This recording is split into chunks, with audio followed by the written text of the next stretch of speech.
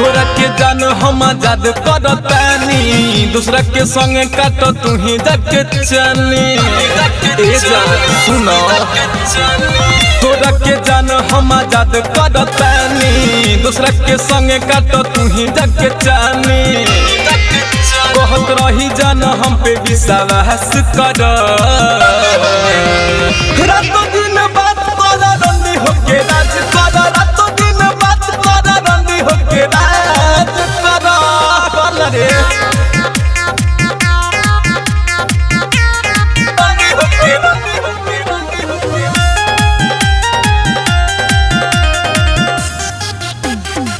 सुनी जो बनवा तो हदरावे मुँह से गारी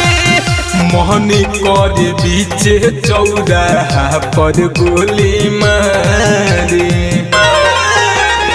जननी न हम इतना मारते हूँ जाली एक हाथे बजे बजे दुनू हाथ ताली हमरा पीठ पीछे खूब तू बहस कर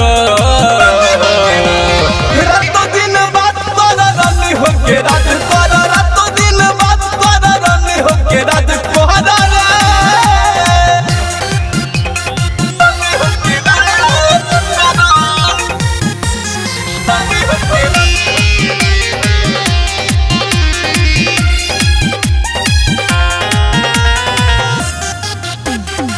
सुनले बानी जब से हमारा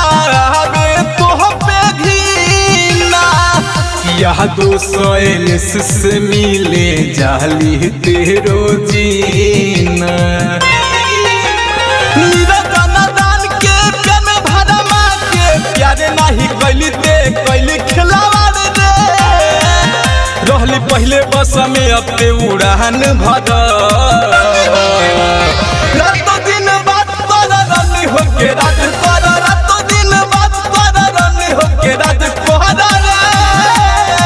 भाग भोसड़ी।